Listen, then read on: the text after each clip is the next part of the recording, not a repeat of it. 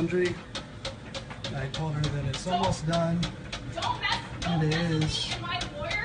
All I want to do is do my laundry, and this is kind of what I have to put up with.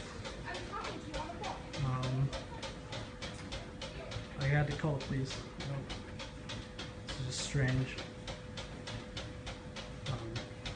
Yeah. You can't video record me without my permission. So this is happening. And who I'm talking to is a lawyer.